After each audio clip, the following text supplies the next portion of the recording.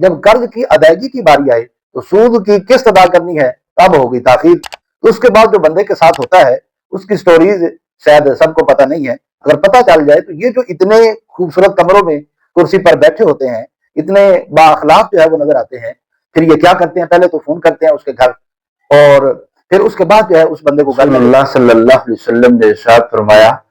کہ اللہ کی رحمت ہو اس بندے پر جو بیچنے میں اور اپنے حق کا تقاضا کرنے میں اور وصول کرنے میں نرم اور کشادہ دل ہو، بیچنے میں بھی، تقاضا کرنے میں بھی، مانگنے میں بھی، وصولی کے اندر جو نرمی اور حسن اخلاق اپنائے۔ فرمایا اللہ تعالیٰ کی ایسے بندے پر رحمت ہو۔ اسی لیے آپ اگر معاشرے میں دیکھیں،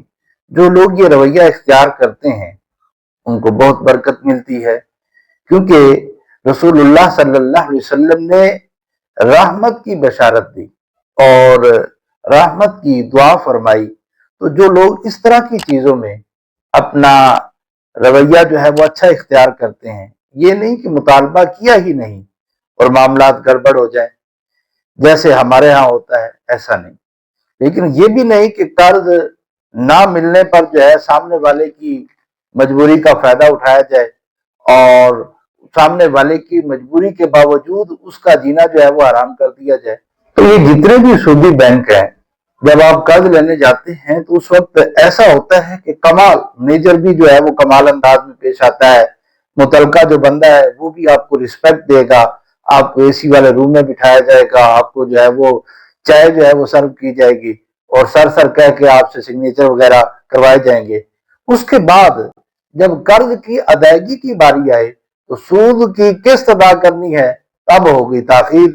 تو اس کے بعد جو بندے کے ساتھ ہوتا ہے اس کی سٹوریز شاید سب کو پتہ نہیں ہے، اگر پتہ چل جائے تو یہ جو اتنے خوبصورت کمروں میں کرسی پر بیٹھے ہوتے ہیں، اتنے با اخلاق جو ہے وہ نظر آتے ہیں،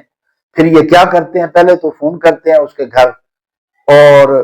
پھر اس کے بعد جو ہے اس بندے کو گالیاں دیتے ہیں، پھر اس کے گھر آ کر شور شرابہ کیا جاتا ہے، پھر آگے تھوڑا سا بڑھا جائے تو پھر اس کو جو ہے وہ مار دھار تک بھی نوبت آ جاتی ہے، پھر اس کو جیل کی جو ہے وہ ہوا کھلائی جاتی ہے۔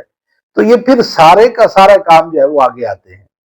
تو یہ وہ تقاضا کرنے کے اندر سختی جہاں حکم ہے نرمی کرنے کا، وہاں سختی کرنا۔ اس پر ایک اور حدیث پاک آپ کی خدمت میں پیش کرتا ہوں، بہت ہی پیاری حدیث پاک ترمذی شریف کی ہے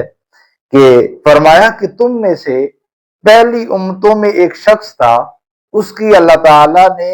اس بات پر مغفرت فرما دی کہ جب وہ بیچتا تھا تو نرمی کرتا تھا اور اپنا حق وصول کرتے وقت بھی نرمی کرتا تھا۔ تو آپ یہ دیکھ لیں کہ ان چیزوں کے اندر وصولی کے اندر نرمی کرنا یہ کتنی بڑی چیز ہوتی ہے، حالانکہ یہ کوئی اتنا مشکل کام نہیں ہے۔ فرمایا کہ اللہ تعالیٰ نے اسی عمل کے اوپر پچھلی امتوں کے اندر ایک بندے کی بخشش فرما دی، لہٰذا لین دین کے معاملات میں نرمی اختیار کرنی چاہیے۔